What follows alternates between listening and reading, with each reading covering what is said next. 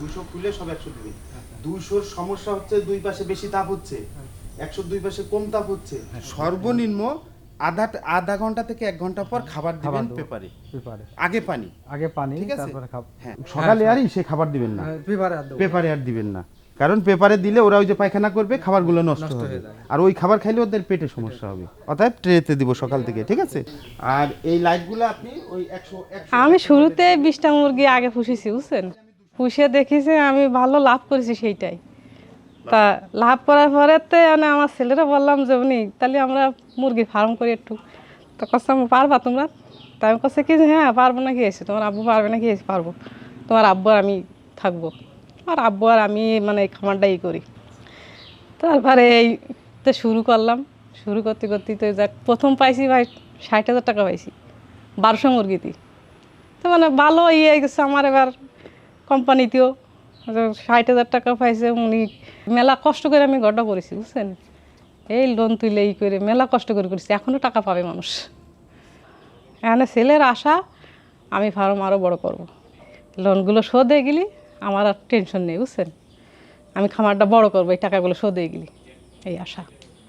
বিশাল ভালো কাজ। আমি এই কাজেতেই মানে মেলা এসির পরে আইছি, এই ভাই ঢুকিয়ে দিচ্ছে আমাদের।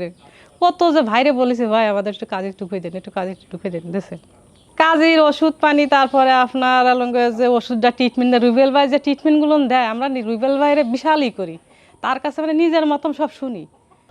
তাহলে আশা আছে একটু বড় করব। আমি কাজে পাইছি ভালো, আমি কাজেতেই থাকবো। আমি তো প্রথমে অমত ছিলাম, করবো না। তা ছেলে কাছে না করো, এই সেখান থেকে দেখ দিলাম, জায়গা দিলি, ঘর করলো। 50,000 টাকাতে শুরু করে এই দিনা করে 5 লাখ টাকা পর্যন্ত খরচ হয়, প্রায় 5 লাখ টাকা গেছে। এখন তো আবার সামনের পরিকল্পনা দিচ্ছি, সামনে ওই সুদা বাড়াবো আবার। একটা 2200 মুরগির একটা ক্যাপাসিটি নিলে আমাদের আর অন্য আর কিছু করা লাগবে না। আগে ভ্যান চালাই যদি আমি 200-300 টাকা আয় করছি, এখন তো শান্তিও আছে, কোনো ট্রিটমেন্টই নাই, টেনশন নেই। রাখলে আল্লাহ দিলে যা কম বেশি এত কেজি বানাতে পারলে আমি এতগুলো টাকা পাবো। এইগুলো খরচ করে দাদা আমরা দিনা আসি, টুকটাকি দেই। তারপর খামারের একটা খরচ আছে, ওই ভুসি কিনি, চুন কিনি, আবার ওই ওষুধ কিনি, এর একটা খরচটা 8-10,000 15,000 টাকা খরচটা রেখে দিই। এই পাকের টাকা দেয় বা বাকি টাকা আমরা বাজার করে খাই। আর আস্তে আস্তে মানুষের যে 20,000 পাবে 10,000 করে দেই, এভাবে দিয়ে দিয়ে তাকে শোধ করতেছি। শোধ করতে করতে প্রায় শোধ হয়ে গেছে। আর 1-2 বছর মধ্যে 2 লাখ টাকা 2.5 লাখ টাকা দিলে শেষ, শোধ হয়ে যাবে।